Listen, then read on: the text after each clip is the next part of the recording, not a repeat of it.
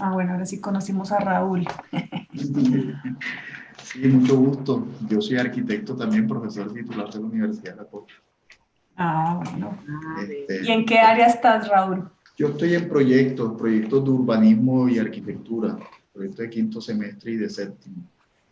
Ok. Tengo Si apenas llegas a ser, dime, un añito apenas con la CUT. ¿y qué tal? Bien, chévere, un ambiente de trabajo muy bonito. Pero no alcanzamos a compartir mucho porque nos fuimos a la casa. Pero estás en Barranquilla. ¿Cómo el ambiente, me preguntan, ¿cómo el ambiente laboral? Sí, con mi mujer todo bien y mis hijos. Bueno, les recuerdo que ya estamos en vivo, Ay, bueno, entonces. ya. Ok.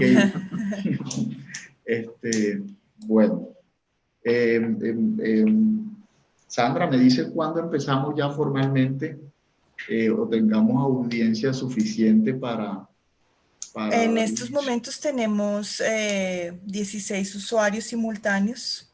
Ok, Las personas están, pero en el formulario de inscripción había, ya te digo cuántos había. Mm, Había 115 personas inscritas. wow, qué 115. bien. Bueno, esperamos Entonces, tener una buena audiencia. sí, igual podemos empezar porque Sí, la transmisión queda grabada y me parece que ok, esto es los alumnos de la profesora Golda de Pensamiento Moderno Contemporáneo, van pues llegando. van llegando y ellos tienen pues que después hacer alguna actividad con esta, con esta webinar, ¿no? Y digamos que la idea es que este webinar es como una clase también magistral, una Sí, clase espejo para los sí, sí. estudiantes. ¿Listo? Bueno, ok. Bueno, ahora sí, bienvenidos a todos a este Open Class. Es una nueva versión de este espacio que ha sido creado para como una extensión del aula, pero con invitados nacionales e internacionales. Es un espacio de divulgación de conocimiento y de intercambio académico e intelectual. En el día de hoy tenemos dos invitadas de lujo. Contamos con la presencia de la profesora Marcela Pinilla. Voy a hacer un poco comentar de su trayectoria académica, su formación académica. Eh, Ella es profesional en arquitectura de la Universidad Javeriana, especialista en gerencia de empresas constructoras de la EAN. Tiene un MBA con énfasis en gerencia de proyectos de la Universidad del Mar en Chile, y es docente y directora eh, del programa de arquitectura de la Universidad de Bogotá, de Boyacá, en Colombia. Es integrante también del grupo de investigación PANE. También contamos, nuestra segunda ponente es la profesora Alexandra Toro, es arquitecta de la Universidad de los Andes, magíster en conservación del patrimonio y desarrollo urbano de la Universidad de Dresden en Alemania, y está doctorándose en la Bauhaus de Weimar en Alemania también. También es docente titular de la Universidad de Boyacá y también hace parte del grupo de investigación PAME. La ponencia que nos traen las profesoras se denomina Una muestra de la arquitectura moderna en Tunja. La obra, y se va a hacer énfasis sobre la obra del arquitecto Ernesto Muñoz Navarro. Bueno, vamos a darle paso a las profesoras para dar inicio formal a esta ponencia. Raúl, muchas gracias. Muchas gracias a la Universidad de la Costa por permitirnos Perdón. participar en esta ponencia. Bueno, el tema de esta conferencia el día de hoy es, como acaba de decir Raúl, una muestra de la arquitectura moderna en la ciudad de Tunja, basados en la obra del arquitecto ingeniero Ernesto Muñoz Navarro. Bueno, ¿cómo inició el desarrollo de nuestra investigación? Bueno, entonces, el origen de nuestra investigación comienza con la donación del archivo personal del arquitecto Ernesto Muñoz Navarro a nuestro programa.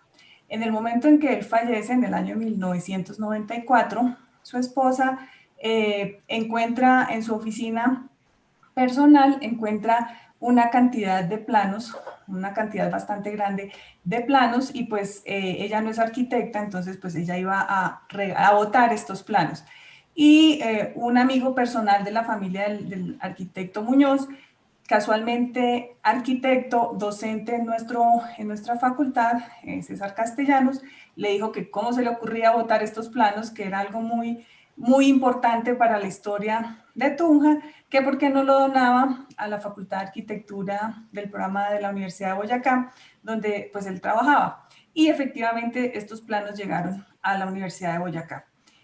En el año 2017 estaban esos planos ya en una zona de la universidad y también los iban a votar. Entonces nosotros dijimos, venga, ¿esto qué es? Y empezamos a mirar cuando encontramos una serie de planos de los años más o menos 1950 al 1975, y eran los planos de este arquitecto. Entonces dijimos, no, pues ¿cómo vamos a votar? Esto es la historia no contada de Tunja. Entonces empecemos la investigación.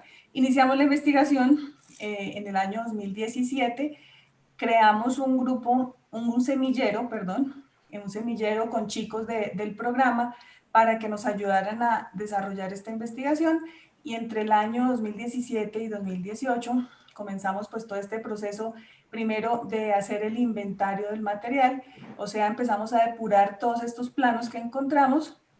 De toda esa cantidad de planos tan grande que teníamos, al empezar a revisar qué era cada uno, pues se empezó a reducir nuestro material casi que a la mitad, o un poco mucho menos de la mitad, porque estos planos eran, por decir algo, obras en las que él había trabajado, pero no eran obras diseñadas por él, como los planos, por ejemplo, del edificio de la Beneficencia Boyacá. Él hizo como interventor, pero no fue diseñador. Entonces fuimos evacuando, fuimos sacando planos y se nos redujo esto. De igual forma, como él ya había fallecido, empezamos a indagar pues sobre su vida, porque buscábamos por internet, no encontrábamos nada, en las bibliotecas no encontrábamos nada. Hicimos contacto con la familia del arquitecto, logramos ubicar a la esposa, que en el año 2017 aún estaba viva, pero como estaba enferma, la familia se la había llevado a vivir a Cajica, y logramos hablar con la hija. La iban a traer a una finca que ellos tienen en Nuevo Colón para poderse reunir con nosotros, pero en este proceso la señora falleció y no logramos comunicarnos con ellos. Entonces perdimos digamos, esta fuente directa de información. Luego, pues ya al fallecer la esposa, logramos que la hija, Marcela Muñoz, se reuniera con nosotros. Ella viajó de Cajicá hasta Nuevo Colón, nos reunimos con ella, conocimos la casa donde pasó sus últimos años Ernesto Muñoz Navarro, y nos contó pues la historia personal, que es una parte que les vamos a contar ahorita. Después hicimos también entrevistas con amigos, personas que trabajaron con él, las personas más cercanas que logramos conseguir para poder indagar sobre la vida de este arquitecto. Y finalmente con los chicos hicimos pues el levantamiento de los sitios, visitas al sitio, registros fotográficos, dibujo de los planos que probablemente que estaban muy rotos, porque como eran tan antiguos estaban muy deteriorados. Bueno, todo este trabajo fue lo que estuvimos haciendo entre el 2017 y 2018. En el año 2019 comenzamos la construcción del documento, y ahora en el 2020 nos encontramos ya finalizando el proceso editorial. De esta investigación tenemos productos como el libro que les comento, que está en proceso editorial, ponencias, varias ponencias que hemos realizado en diferentes eventos de investigación, en seminarios internacionales, y algunos artículos. El objetivo principal de esta investigación pues era identificar el aporte de la obra de Ernesto Muñoz Navarro a la arquitectura moderna en Tunja. Para nadie de la región de Boyacá sabe que Tunja es una ciudad conocida por su patrimonio. pero nadie conoce el valor de la arquitectura moderna que está en Tunja. O sea, para el tunjano lo único importante es el centro histórico, el resto no tiene valor de alguna manera para ellos. Entonces, nuestro principal objetivo pues era identificar esta obra para poderles realizar una valoración patrimonial a las obras diseñadas por el arquitecto Ernesto y a su vez lograr que la ciudadanía tunjana conociera la importancia de la arquitectura moderna, no solo patrimonial, sino que conociera cómo la arquitectura moderna influyó en la evolución de Tunja y que también es parte importante de su patrimonio. Entonces comencemos por decir quién era Ernesto Muñoz Navarro. Ernesto Muñoz Navarro, bueno, era un arquitecto ingeniero, nacido en el año 1917, falleció en el año 1994. Cuando empezamos a hacer la investigación, y algo que nos contó la nieta, nos contó la hija Marcela Navarro, era que él era nieto de un señor muy importante para el país, que se llamaba Bernardo Navarro Borges.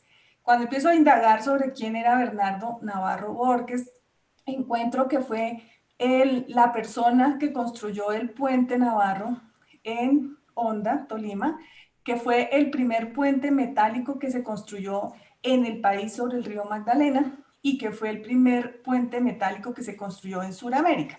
Y de esta construcción, el señor cobraba peaje o tenía renta por 100 años de utilidad pues, de esta construcción.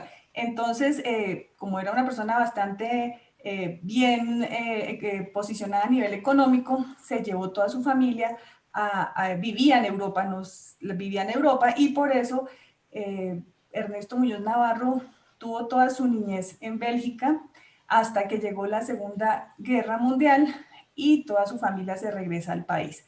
Cuando se regresa al país, él finaliza todo su proceso de educación de primaria, bachillerato, finaliza y decide irse a Bélgica a estudiar arquitectura.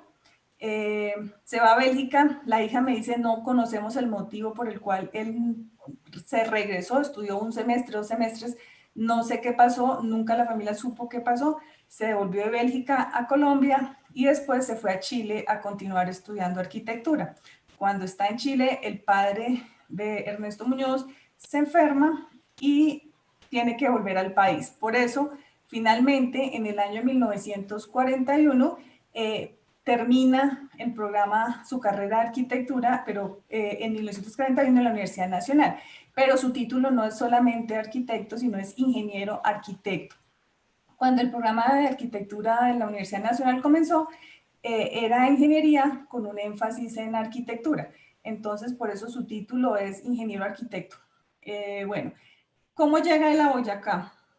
Su primer proyecto después de graduado, uno de sus primeros proyectos, fue el proyecto de Malterías de Bavaria en la ciudad de Duitama, que también es aquí a 1 hora, y conoce a la señora Beatriz Azuero, bueno, en su momento la señorita Beatriz Azuero. Entonces, cuando la conoce, comienzan su relación y se casa. Esta señora a lo largo del tiempo es una persona muy importante también para Tunja, para Boyacá. Primero fue alcaldesa de Tunja y en su momento, según indagaciones y según comentarios de su hija, fue la primera mujer con el cargo alcaldesa en el país. Y pues en Boyacá la primera alcaldesa también tuvo cargos pues políticos como secretaria de Educación y otra serie de cargos de importancia para el departamento. O sea que fue una persona muy importante también para Boyacá. Bueno, aquí voy a hacer un pequeño recuento de las obras que encontramos en Tunja, que tienen ese carácter moderno que encontramos en los diseños del arquitecto Ernesto Muñoz Navarro. Una de las primeras obras, las tengo organizadas en orden cronológico, son 11 casas en el barrio San José, pero todo el mundo, ese sector ya se llama San José, pero todo el mundo lo conoce como el barrio Maldonado, por eso hacemos como la referencia para dejarlo ubicado perfectamente. En su momento, en el año 1950, esta zona era muy lejana al centro histórico, pero pues hoy en día hace parte de lo más cercano al centro histórico. ¿Qué características de la arquitectura moderna tienen? Tienen antejardín de 5 metros, todas estas casas son iguales, están pareadas y adicionalmente todas tienen antejardín de 5 metros. Todas tienen un bloque, un plano vertical en ladrillo, que es la parte como que se resalta en las fotos que están aquí presentes, donde se reúnen todos los servicios de las viviendas. Y pues tiene una serie de ventanas de forma pues rectangular, de una forma que es muy limpia, que ilumina toda la zona de la casa al interior. Esa casa es iluminada por todo lado, entonces esas son las características que encontramos en esta vivienda. Tenemos otra edificación diseñada por el arquitecto que se llama el edificio Fonseca. Esta ya fue en el año 1955. Este edificio es un edificio referente para todo el mundo. El que está en Tunja y dice nos encontramos en la esquina del edificio Fonseca, todo el mundo sabe cuál es el edificio Fonseca. Aquí en Tunja no son direcciones con números nada, sino al lado de, al frente de, diagonal a. Entonces todo el mundo sabe de qué es el edificio Fonseca.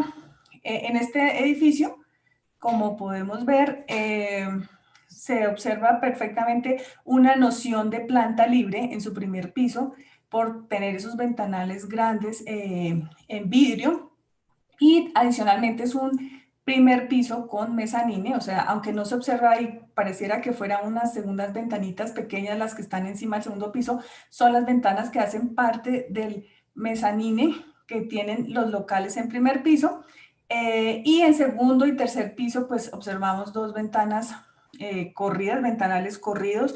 No se observa estructura, que es una de las características que tiene la arquitectura moderna, que trata de no mostrar la estructura en sus fachadas, sino está retrocedida. Y es una forma totalmente, son formas puras.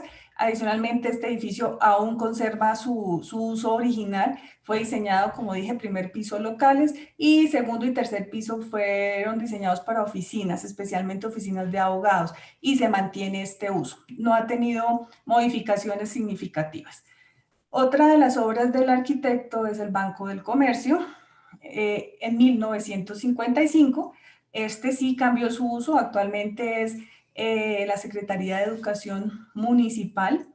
Como podemos ver, pues es un edificio que en su primer piso también mantiene la noción de planta libre, en su fachada con grandes ventanales. Aquí sí tiene la doble altura definida porque también tiene un mezanine, y encontramos una de las características principales del arquitecto Ernesto es que tiene bastante influencia del arquitecto Bruno Violi. Hicimos esta analogía, este análisis, porque encontramos mucha similitud de este edificio en fachada con el edificio de El Tiempo en la carrera séptima con Avenida Jiménez en Bogotá. Es muy similar su arquitectura. Encontramos que se empata perfectamente con el edificio que se ve al fondo a la izquierda, que lo que está al fondo es la Alcaldía Municipal de Tunja, y lo que se comienza en amarillo es el edificio del Banco de la República, donde ese volumen que crea Ernesto Muñoz se empata perfectamente con el volumen de la Alcaldía Municipal, y lo utiliza como transición para poder retroceder la fachada y generar unas terrazas. Esto, pues como decimos, se parece muchísimo. Si ustedes van por Bogotá por la carrera séptima, podrían ver la similitud de estos dos edificios. Y finalmente, no, pero nos faltan dos. Esta sería otra construcción en el año 1959. Es una casa que fue diseñada para el gerente de Gaseosas Boyacá. Hoy en día es la sede de Profamilia. Cambió su uso efectivamente porque era una casa de vivienda, pero por el uso de consultorios médicos, bueno, tiene algunos consultorios, algunas salas de espera, pues cambió su diseño al interior. ¿Qué encontramos en esta casa? Pues encontramos una característica también fundamental en la arquitectura moderna, que es el concepto binuclear, donde se separa la vivienda en dos partes, se separa entre lo que es el uso de día y lo que es el uso de noche, por el acceso. La foto que vemos arriba, donde llega una gran rampa, esa rampa llega entre dos machones a lo que sería el acceso principal de la casa, y hacia la derecha, lo que está en color amarillo en la planta, es el uso de día, y lo que está hacia la izquierda en color oscuro es el uso de noche, o sea, sus habitaciones. Bueno, es una casa que está a la entrada de Tunja, ya no está cerca del centro histórico, pero es una casa pues que se ubica fácilmente en la ciudad de Tunja. Y ahora sí, finalmente la casa residencia del arquitecto Ernesto Muñoz Navarro es una de las obras más recientes que estamos mostrando acá. Es una casa diseñada en 1968. Hoy en día es la sede de la EPS Famisanar. Se encuentra en las inmediaciones del Parque Santander, que es un parque que se encuentra más o menos a 3 cuadras de la Plaza de Bolívar. Bueno, es un lote, esta casa fue diseñada en un lote completamente irregular, pues bueno, es un triángulo, pero es muy difícil de diseñar, esas formas como esas esquinas son muy difíciles de diseñar, y el arquitecto pues hizo un diseño bastante bueno. ¿Qué encontré yo en esta casa? Y digo encontré porque me encontré una similitud. Cuando vi la planta pensé en las casas de la casa Curuchet o la casa o la Ville Savoie, donde ve uno que Le Corbusier en su primer piso solamente tiene servicios, ¿cierto? En este primer piso encontramos solamente parqueaderos, zona de lavandería, zona para los empleados, zona de la habitación de servicio, todo este tema, esa similitud. Entonces, ese uso que le dio a ese primer piso es un aspecto pues también que utiliza mucho Le Corbusier en sus tipos de construcción. Y al ver la fachada, pues vemos también que en el primer piso se nota pues como una planta libre de alguna manera, porque es un muro totalmente plano, y en el segundo piso, que es donde está la vivienda como tal, pues sobresale volumétricamente, también con grandes ventanales a ver pues lo que está al frente, que es el Parque Santander. Hasta aquí, digamos, es un resumen de una de las obras más representativas que tiene Ernesto Muñoz Navarro en Tunja, porque como les digo, tiene obras en diferentes partes de Boyacá, pero como nuestro objeto de estudio era Tunja, solamente tomamos las más relevantes de Tunja para mostrarles en esta conferencia. Le doy la palabra a mi compañera Alexandra Toro para que por favor continúe. Alexandra. Gracias, Marcela. Les voy a hablar de este tema que es la geometría en el diseño de las obras de Ernesto Muñoz Navarro. Uno de los objetivos del proyecto de investigación fue la valoración patrimonial de las edificaciones del arquitecto en el centro histórico.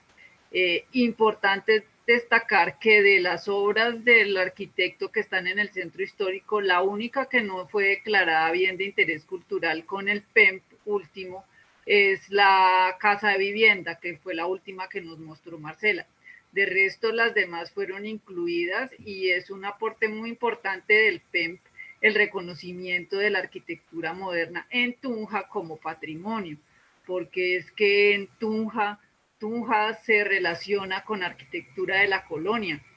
Incluso para el habitante de Tunja todavía le choca pensar que se tumbaron casas coloniales para reemplazarlas por este tipo de edificios. Entonces, pues ya hay un aporte bastante importante del PEMP en el reconocimiento de la arquitectura moderna como patrimonio.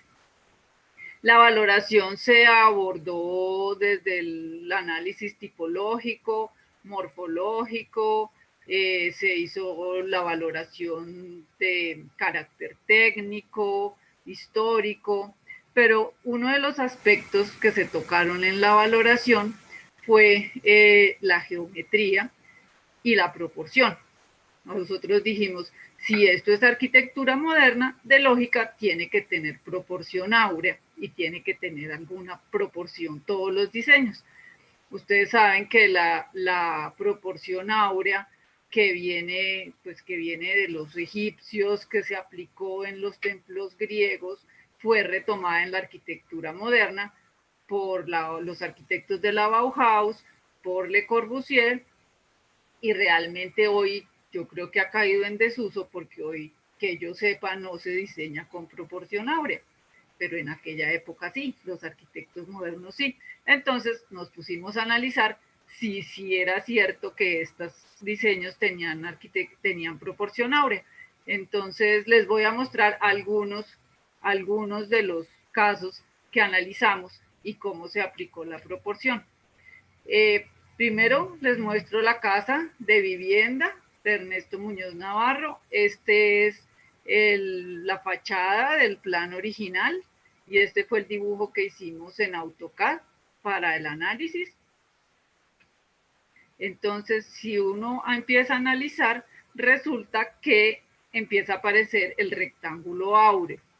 O sea, la proporción entre el ancho del predio, o sea, el frente del predio y la altura máxima de la edificación es proporción áurea. Ahí está el rectángulo áureo y el cuadrado que se deriva del rectángulo áureo. Eso me da la altura máxima de la cumbrera. Ahí están. Si yo ese rectángulo de fachada lo divido en 3 rectángulos, el punto de unión entre el rectángulo 1 y el rectángulo 2 me da el punto de la cumbrera. O sea, la cumbrera no podía ser ni un poquito más a la izquierda ni un poquito más a la derecha. Tenía que ser ahí, porque es que ahí era donde daba la proporción. Y si esos rectángulos los empezamos a dividir proporcionalmente en segundas, terceras, cuartas partes, empiezan a aparecernos unos puntos que nos generan la ubicación de las ventanas, la ubicación y el tamaño. O sea, ubicación y tamaño de ventanas no es casual, es porque ahí da el punto aplicando la proporción. Ahí están. Y si tomamos este otro recta, o sea, si volteamos lo que inicialmente les mostré, ponemos el cuadrado a la izquierda y el rectángulo a la derecha y dividimos proporcionalmente ese rectángulo en 3, le aplicamos la división proporcional, encontramos el punto B, que es la parte más baja de la cubierta. Entonces aquí tenemos de dónde salió el punto A y de dónde salió el punto B. O sea, la inclinación de la cubierta es una razón absolutamente geométrica. Eso ya después se trabajó con materiales, pero ¿por qué tiene esa inclinación y no otra? Por un asunto de proporciones y de geometría. Y si seguimos dividiendo eso proporcionalmente, nos da la razón por la cual el ventanal de la zona social es así de grande, con ese tamaño y tan importante, porque esa era la zona clave de la familia, entonces ahí era donde ellos más permanecían, era la zona más iluminada, y ahí está la dimensión de la ventana, sale de ahí, de la proporción áurea.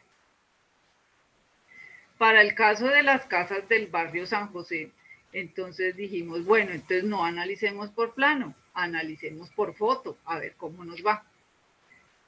Como les dijo Marcela, en la fachada hay un bloque donde están ubicados los servicios, que es en ladrillo, un plano vertical, ¿sí? Y siguiendo el pensamiento de que la forma sigue a la función propio de la arquitectura moderna, cada espacio tiene un diseño de ventana diferente. Entonces el hall de alcobas tiene una ventana bien diferente a lo que son las ventanas del hall de acceso o de la sala. Y aquí vemos, por ejemplo, que si repetimos el punto de la zona de servicios, el de ladrillo, 4 veces y media, nos concuerda con el ancho del predio. O sea, la altura de las casas no es casual. La altura de las casas responde a la proporción entre el frente del predio. De ahí nos da eso. Y si esos rectángulos los dividimos proporcionalmente, empiezan a aparecernos los puntos que nos generan la razón de las ventanas. ¿Por qué las ventanas son ahí y por qué tienen ese tamaño? El caso del Banco del Comercio es todavía más interesante. Aquí dijimos, bueno, ni plano de AutoCAD ni foto, vámonos con el plano original. Entonces, sobre el plano original, empezamos a hacer el análisis. Esto es la fachada del plano original. Y aquí está el famoso rectángulo áureo, solo que el rectángulo que está a la izquierda no va completo, sino la mitad. Ya les muestro más clarito. Ahí se ve más claro. Entonces es el cuadrado áureo y medio del rectángulo. Esa es la relación entre ancho del lote y el punto más alto del punto fijo. La altura no es casual, sino que esa es la razón por lo que es así de alto el punto fijo. Y lo más particular es que si cogemos el punto fijo, que es el amarillito, y lo acostamos, es exactamente igual al primer piso.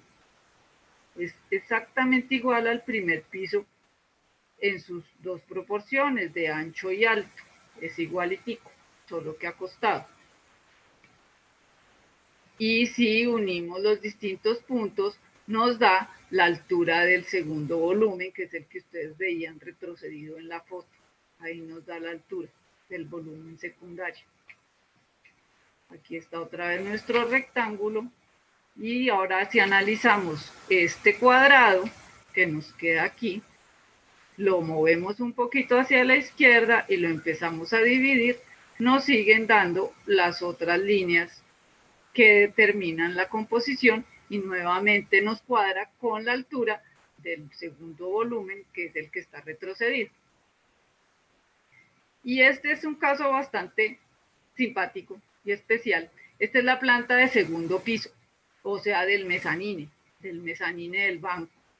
Es el plano original y lo que se ve en la parte de abajo es la terraza, que es lo que Marcela les mostraba.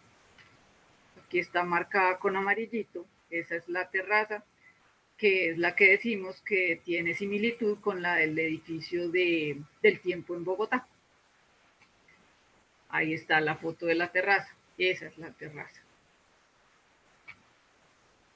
Esa terraza, propio de la arquitectura moderna, era trabajar la terraza como jardín, aunque no estuviera allá arriba en la cubierta, pero sí pasar un poco del verde que quitamos del piso, pasarlo para arriba. Y en este caso, esa terraza tiene un diseño de unas materas bastante raras, con unas formas que uno no sabe esos ángulos muy bien de dónde salen, y con una matera con forma de ameba, que uno dice, este señor mandó la línea por donde quiso y ahí le cuadró. Pero entonces dijimos, analicemos a ver si de pronto esto también tiene geometría por algún lado. Entonces, esta es la terraza y como para variar, está el rectángulo áureo, dos veces, uno más grande y uno más pequeñito, y medio rectangulito áureo para completar. Y si empezamos a dividir proporcionalmente esos dos rectángulos, se nos empiezan a cruzar las líneas y empiezan a generar una cantidad de puntos, que esos son los puntos que Ernesto Muñoz Navarro usó para crear las materas. O sea, las materas no son una cosa que se le ocurrió mandar la línea por ahí. Todo tiene una lógica y una geometría. En el análisis que hicimos para la investigación, para el libro, estamos mostrando también cómo estas líneas incluso se prolongan al diseño interior de las oficinas del banco, de manera que uno puede decir que la matera corresponde perfectamente con la esquina de una de las oficinas o con la proyección de una columna. Todo está amarrado lo uno con lo otro, hace parte del diseño. Estos eran pues los casos que les queríamos mostrar. Es un resumen bastante corto del proyecto de investigación, pero lo importante de este proyecto de investigación es haber abierto la posibilidad de hablar del tema de arquitectura moderna en Tunja, empezar a reconocerlo y empezar a darle importancia a ese momento histórico que fue crucial para el desarrollo de Tunja y para la transformación del centro histórico. Más allá de los valores que pueda tener las casas de Ernesto Muñoz Navarro, es importante dar la discusión sobre el tema de la arquitectura moderna. Es un tema que como patrimonio aún no se reconoce ni en Tunja, ni en Colombia, ni en el mundo. Es muy difícil. Y están empezando a desaparecer los mejores ejemplos de arquitectura moderna precisamente por eso, porque la gente no los está apreciando como patrimonio. Entonces, lo que quedamos fue como con la iniciativa de continuar con el tema. Aún el tema de Ernesto Muñoz Navarro da para mucho más. Se puede seguir trabajando, hilando más delgadito en cada uno de sus edificios, en cada una de sus composiciones. Y bueno, esperamos con esto haberles compartido algo de la riqueza arquitectónica de Tunja. Los esperamos por allá para que conozcan la arquitectura moderna y la colonial y todas las cosas lindas que tenemos para mostrarles. Mil gracias.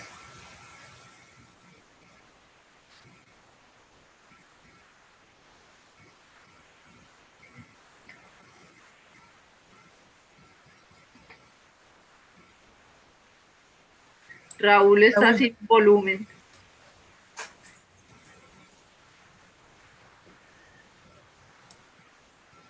Ok.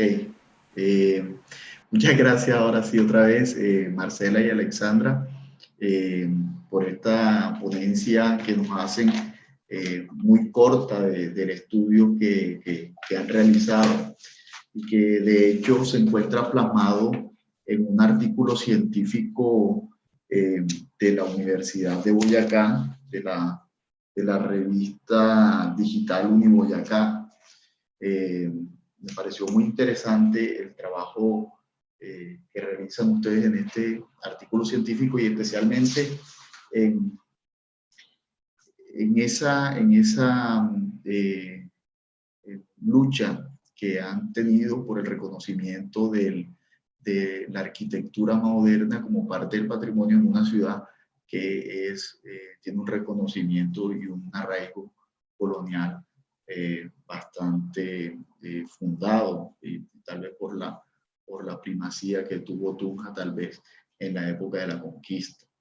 Entonces quisiera dar lectura a una de las preguntas que hace una de nuestras profesoras del Departamento de Arquitectura y Diseño de la Universidad de la Costa.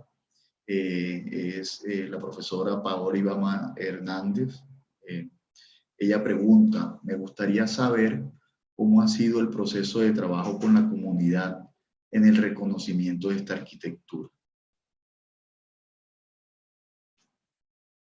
Bueno, en la investigación, uno de los procesos que se realizó fue actividades de encuestas. Los semilleros estuvieron en todo el centro histórico haciendo preguntas a la comunidad, a los que iban pasando, sobre si reconocían la arquitectura moderna. Le nombraban varios lugares. La mayoría no los reconocían como arquitectura moderna. Vuelvo y digo, en esas encuestas identificamos que para el tunjano lo más importante y lo único que considera patrimonio es el centro histórico con su arquitectura colonial. Uno de los siguientes procesos, digamos que estamos comenzando uno de los últimos objetivos que tenemos, que es la difusión. Hasta ahora hicimos toda la investigación, logramos hacer todo este recuento que acabamos de hacer, ubicar todas las obras, analizar las obras, generar el libro, y la siguiente etapa que tiene la investigación es la difusión de este trabajo, para comenzar a hacer talleres con la comunidad, comenzar a sacar otro tipo de cosas para que este trabajo se reconozca y empiece como a tener algún tipo de importancia en la arquitectura moderna para Tunja. Le damos la bienvenida a la arquitecta Diana Carolina Melo Vera, que también está haciendo una intervención. Quiero leerla para todos. Ella dice: fue un proyecto muy largo, con varios cambios, pero un trabajo arduo de los semilleristas. Por eso, muchas gracias a la arquitecta Alexandra y Marcela por guiarnos en el proceso, dice ella. Cabe destacar y señalar que Diana Carolina Melo Vera aparece en la investigación final, en el documento de trabajo final publicado por la Universidad de Boyacá. Yo quisiera traer a la mesa una reflexión. El impacto de los arquitectos o la inmortalización de los arquitectos casi siempre se ve reflejada en los ámbitos de difusión de la obra, ¿verdad? Y yo creo que, al igual que Barranquilla, existen en todas las ciudades unos arquitectos locales que son unos ídolos en el anonimato, porque son unos ídolos locales o unos referentes locales que nunca logran trascender más allá de su ciudad. Por ejemplo, yo particularmente no conocía la obra de Ernesto Muñoz Navarro, y en Barranquilla hay muchos que yo quisiera por lo menos resaltar algunos que aparecen en el trabajo del profesor Carlos Bell, por ejemplo, el arquitecto José Alejandro García, Roberto Acosta Madiedo, Ricardo González Ripoll, Roberto Macaula, Manuel de Andrés, Masari Dineni, el profesor cubano Manuel Carrera, por ejemplo, Vittorio Magaña, y unos más recientes como el profesor Giancarlo Macchi, que contribuyeron fuertemente a la arquitectura moderna, pero que en últimas terminan siendo unos ídolos locales. Quisiera, pues, de alguna manera conocer si este tipo de peculiaridad también se ve en Tunja, de que existen arquitectos con una serie una distinción y un legado arquitectónico local que no logra trascender ampliamente en unos ámbitos, pues, que no les hacen justicia a sus calidades. Pues realmente es que ni siquiera local, porque precisamente de eso se trata la investigación, de sacar a la luz la obra de este arquitecto desconocido, porque es que ni siquiera es conocido en Tunja. Y los otros arquitectos modernos que habrá que investigar menos que son conocidos. En el caso de Barranquilla, que tiene una gran riqueza en arquitectura moderna, pues tal vez es diferente y tal vez hay muchas más intervenciones. Aquí no. En Tunja sí realmente es desconocido en todos los ámbitos.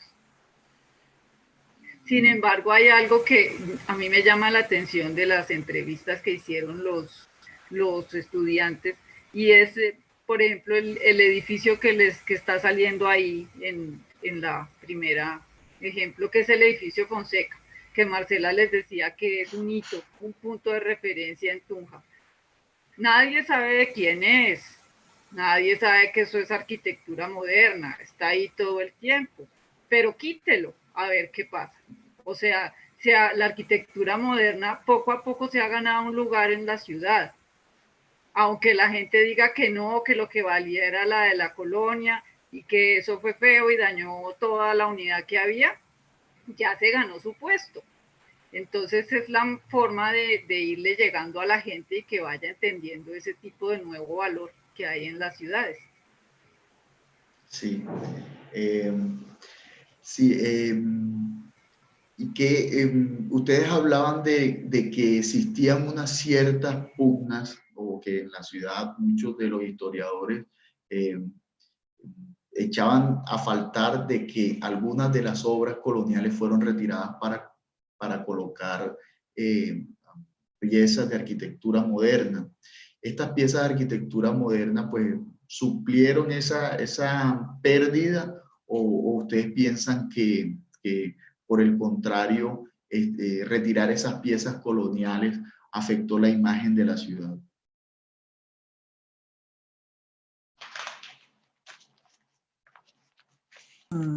Bueno, ahí sí es que es difícil contestar esa pregunta.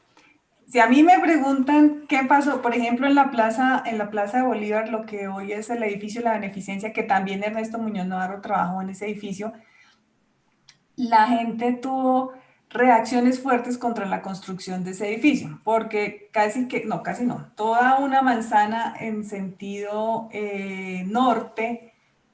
sur de la ciudad, perdón, en el sentido sur de la ciudad, fue arrasada para construir el edificio nuevo de la Beneficencia y para construir la alcaldía, todo de carácter moderno. Y la gente, pues obviamente había una vivienda colonial muy bonita en ese costado de la plaza, y a la gente no le gustó. ¿sí? Entonces, pero uno lo ve hoy en día y si le hace un análisis como arquitectura moderna, pues es interesante.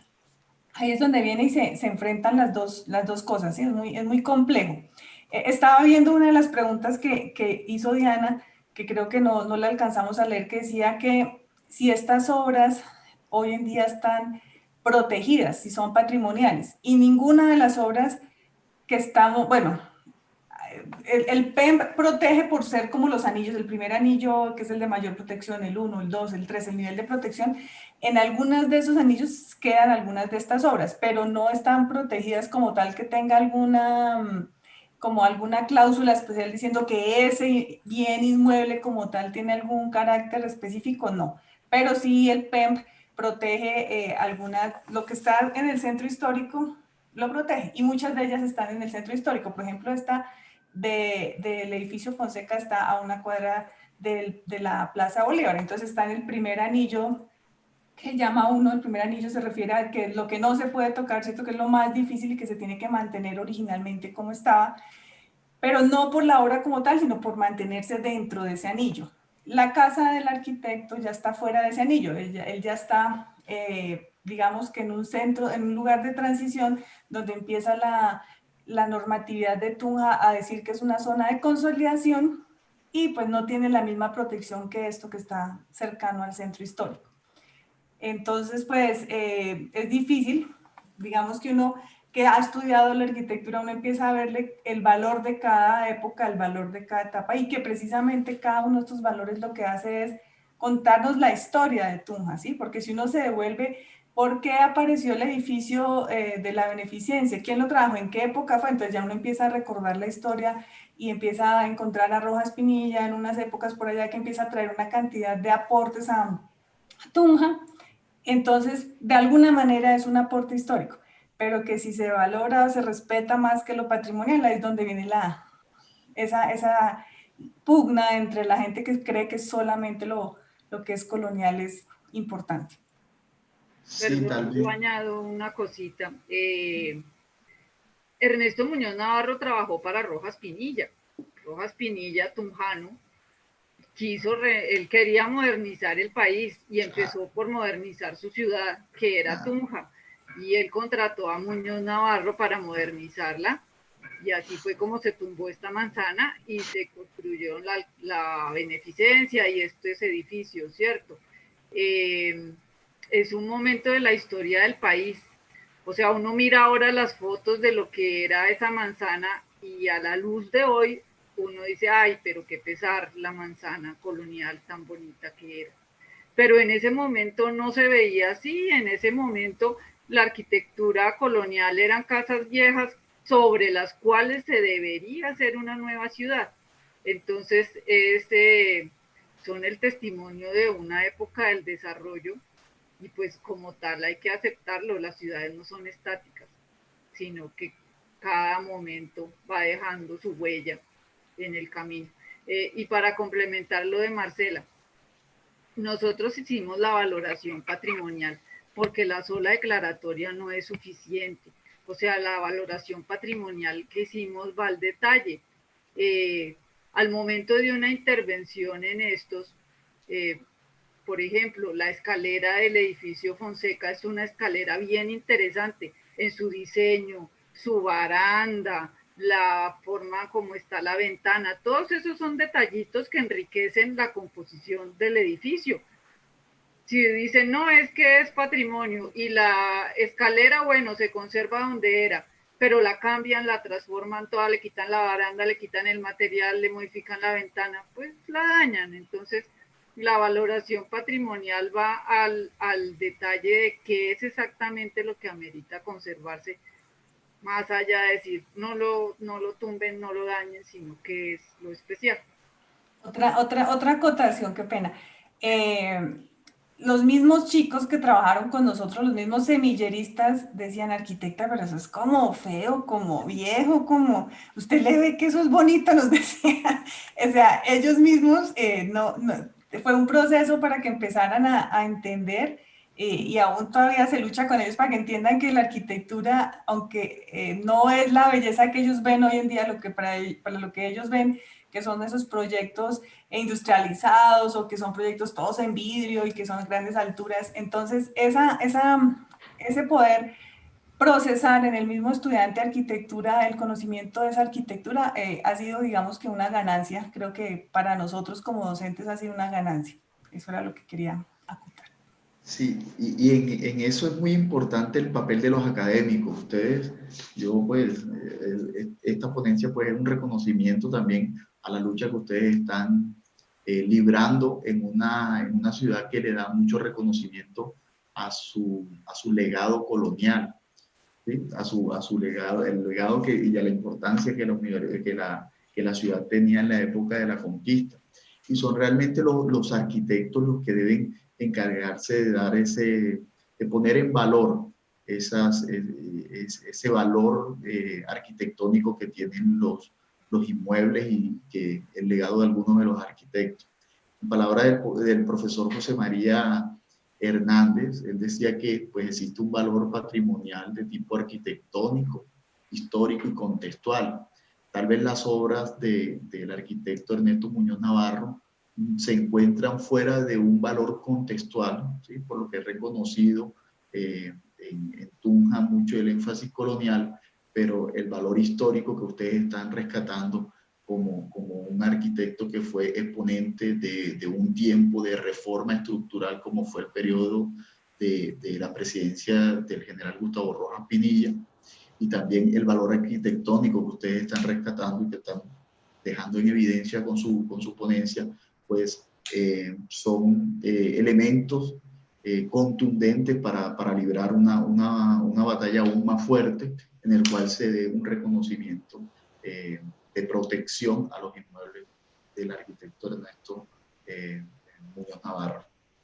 Quisiera leer una pregunta de la profesora Sandra Vivas. Ella dice, ¿llegaron a estudiar los parámetros bioclimáticos en la obra del arquitecto Ernesto Muñoz Navarro?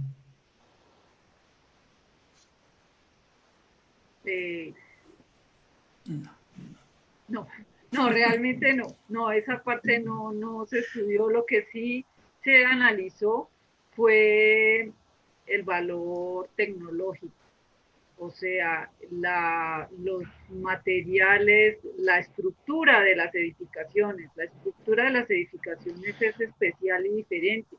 Eso no se ve en Tunja, en otra parte, y en otras arquitecturas no. Entonces, las dimensiones entre los apoyos, los voladizos, todas estas cosas son elementos bien diferentes y están valorados en la parte tecnológica de cada edificio. Precisamente al ser el arquitecto ingeniero, o sea, ingeniero arquitecto, él mismo hacía sus diseños, que esa es una característica que ya no se ve hoy en día. Nosotros los arquitectos no predimensionamos, no hacemos diseños estructurales.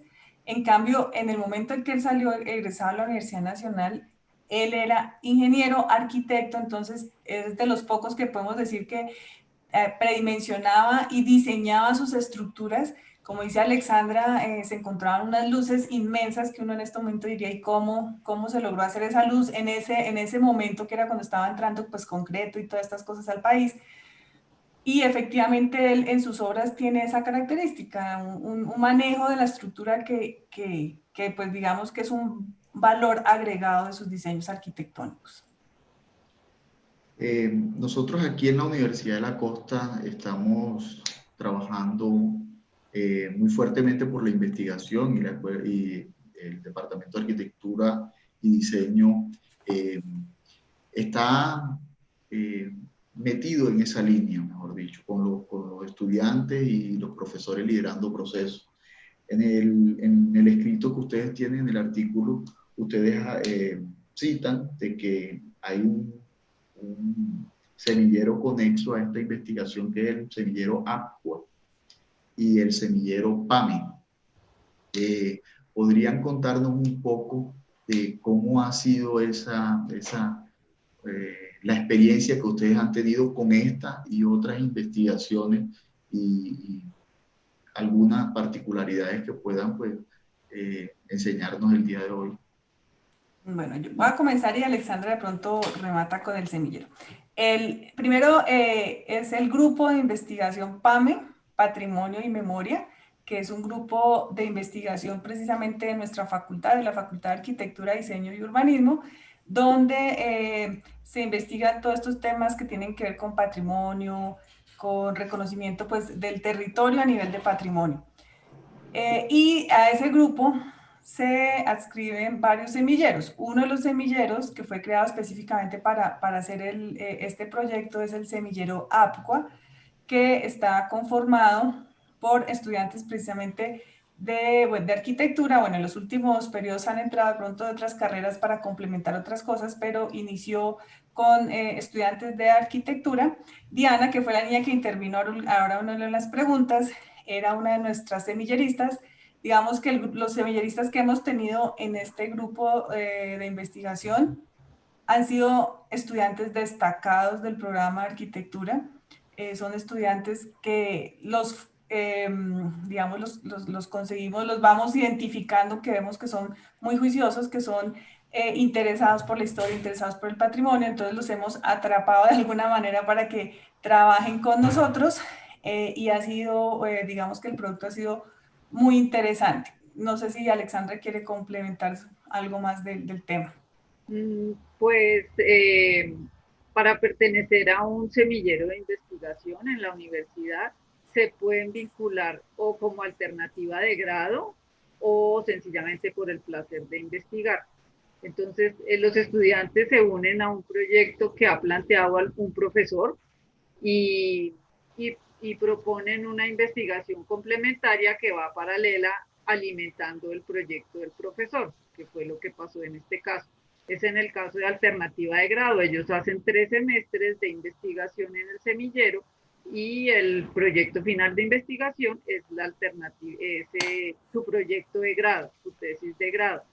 Eso en los últimos 3 semestres, pero se pueden vincular también en cualquier momento por el placer de investigar, de foguearse en los encuentros de Red Calls y de hacer ponencias, de escribir artículos. Todo eso les sirve muchísimo a los chicos que participan en un semillero. Finalmente, ¿cómo ven ustedes la arquitectura de Tunja hoy? Ustedes marcan su investigación a partir de los años 50 y pues creo que hacen un énfasis especial en el periodo de Gustavo Rojas Pinilla, que fue algo así como del año 54 al 56, algo así.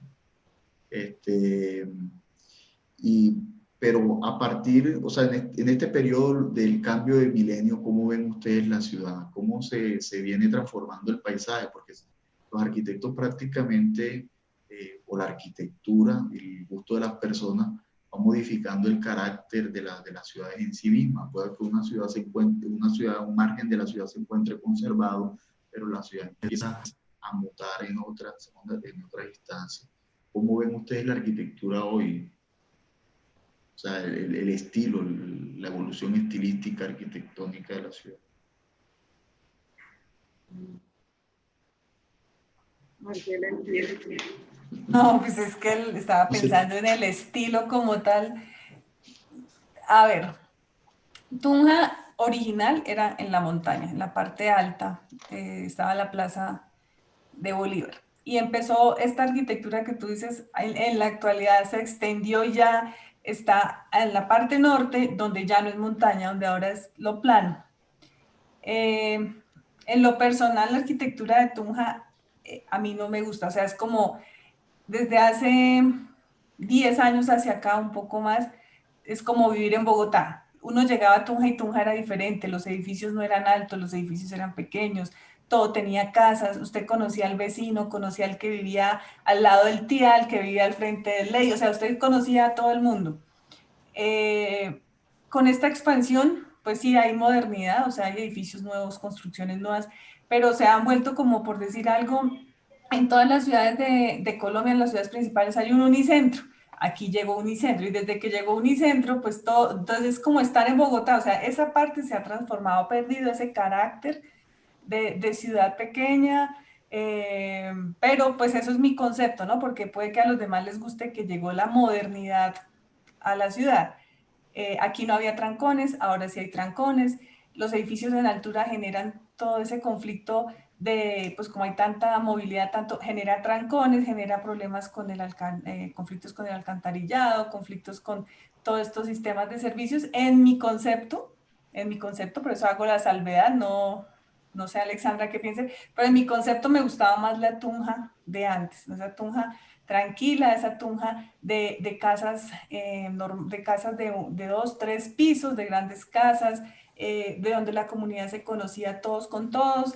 En el momento en que Bogotá se volvió tan costoso, donde el metro cuadrado en Bogotá es tan costoso, la gente dejó de invertir en Bogotá porque era imposible comprar algo, y mucha gente de Bogotá llegó acá a Tunja, 2 horas de Bogotá, a comprar. Y lo que en Bogotá les servía para comprarse un pequeño apartamento, aquí les servía perfectamente para comprarse 3 grandes apartamentos. Entonces mucha gente invirtió acá, pero ya es mucha gente diferente a la original de Tunja, entonces ha perdido ese carácter de boyacense. Esa es mi opinión, no sé Alexandra si tiene una opinión diferente.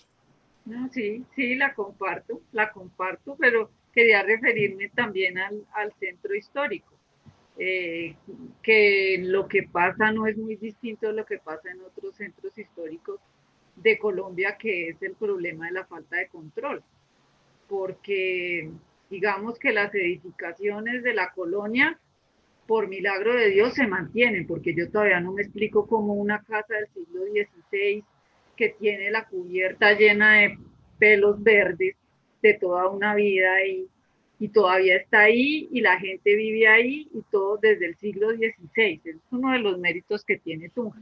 Esas casas están ahí, algunas siglo XVII, XVIII y estas modernas, pero empiezan a aparecer unos adefesios en la mitad que no se sabe a qué horas aparecieron, y en caso de que tengan licencia, no se puede meter en diseño. O sea, el problema de que el arquitecto no sabe diseñar en centros históricos es que en un centro histórico el arquitecto no es el protagonista es el lugar, y no saben hacer una arquitectura que se integre al lenguaje del centro histórico. Entonces el adefesio más horrible que aparece ahí metido entre 2 casitas y empieza a dañar completamente la lectura del centro histórico, que aunque no es homogénea, porque Tunja no es un centro histórico homogéneo, tiene su carácter propio, pero así como han hecho cosas raras hacia el norte, como dice Marcela, también hacen sus cosas raras en el centro, y pues por ahí se va empezando a romper la unidad.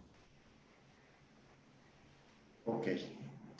Bueno, hemos pasado un rato muy chévere. Hemos conocido al arquitecto Ernesto Muñoz Navarro, un ídolo en el anonimato de la arquitectura moderna en Tunja. Y bueno, agradecerles a ustedes de parte de la Universidad de la Costa, en especial del Departamento de Arquitectura y Diseño, agradecerles su tiempo, darle las gracias de que nos compartan su investigación y su experiencia a partir de la vinculación de estudiantes y semilleros de investigación a procesos de estudio patrimonial. Bueno, algunas palabras finales. Muchas gracias a ustedes por habernos permitido compartir pues esta historia que les hemos contado. Mil gracias por la invitación.